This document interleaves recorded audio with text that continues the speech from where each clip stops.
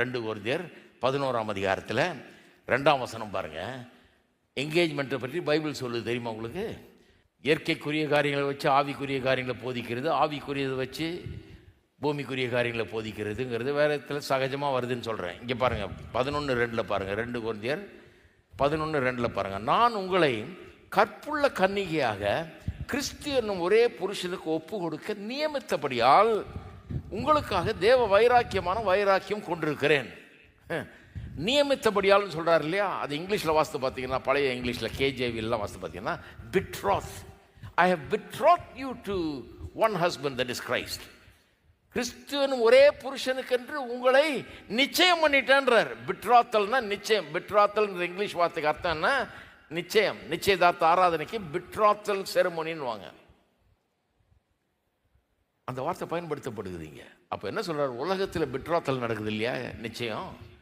அதை எடுத்து வச்சுக்கிட்டு எப்படி விசுவாசிகளாகிய நாம் அவருக்கென்று நிச்சயிக்கப்பட்டிருக்கிறோம்னு சொல்கிறார். அதனால தான் நான் உங்களுக்காக தேவ வைராக்கியம் கொண்டிருக்கிறேன்றார்.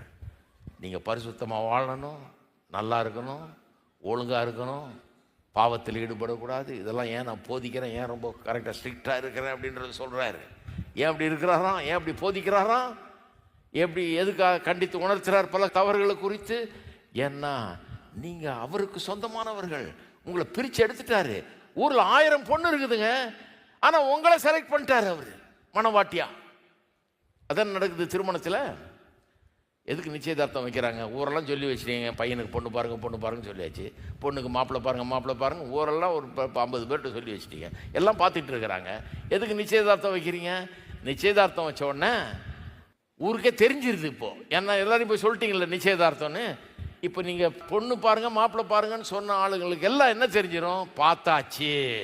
அதுக்கு தானே போய் பிரியாணி சாப்பிட்டு வந்தோம், அதுக்கு தான் நிச்சயதார்த்த விழாவுக்கு போயிட்டு வந்தோம். நீங்கள் நிச்சயதார்த்தம் வைக்கலைன்னா அடுத்த நாள் ஃபோன் வந்துக்கிட்டு இருக்கும். நீங்கள் எல்லாம் பார்த்து முடித்து சரி பண்ணிக்கலாம் கல்யாணம் பண்ண பிறகு டெய்லி ஃபோன் வந்துகிட்டு இருக்கும். இங்கே ஒரு பொண்ணு இருக்குதுங்க, வேணுமா பார்க்குறீங்களா? அங்கே ஒரு மாப்பிள்ளை இருக்கான், வந்துக்கிட்டே இருக்கும். அதை தடுத்து நிறுத்துறதுக்காக தான் பெண் தேடும் படலம், மாப்பிள்ளை தேடும் படலம் முடிவடைந்து விட்டதுன்னு சொல்கிறதுக்காக தான் நிச்சயதார்த்தம் இல்லையா? நம்மை தமக்காக தெரிந்து கொண்டு, ஊரில் எத்தனையோ ஜாதி ஜனங்கள்லாம் இருக்கிறாங்க, நம்மை தெரிந்து கொண்டு, ஒவ்வொரு இனத்திலிருந்தும் ஜனத்திலிருந்தும் மொழியிலிருந்தும் மக்களை தெரிந்து கொண்டு, தமக்காக தெரிந்து கொண்டு தம்முடைய சொந்த ஜனமாக அவர்களை மாற்றி இருக்கிறார். எப்படி ஒரு பொண்ணு ஒரு மாப்பிள்ளைக்கு நிச்சயிக்கப்பட்டு அவனுக்கு சொந்தமாயிடுதோ, நிச்சயிக்கப்பட்ட நாள் முதல் அவனுக்கு சொந்தமாயிடுது. அப்படி தான் திங்க் பண்ணணும். அவன் இப்படி தான் திங்க் பண்ணணும், இவளும் அப்படி தான் திங்க் பண்ணணும். அப்படி ஆக்கிவிட்டால்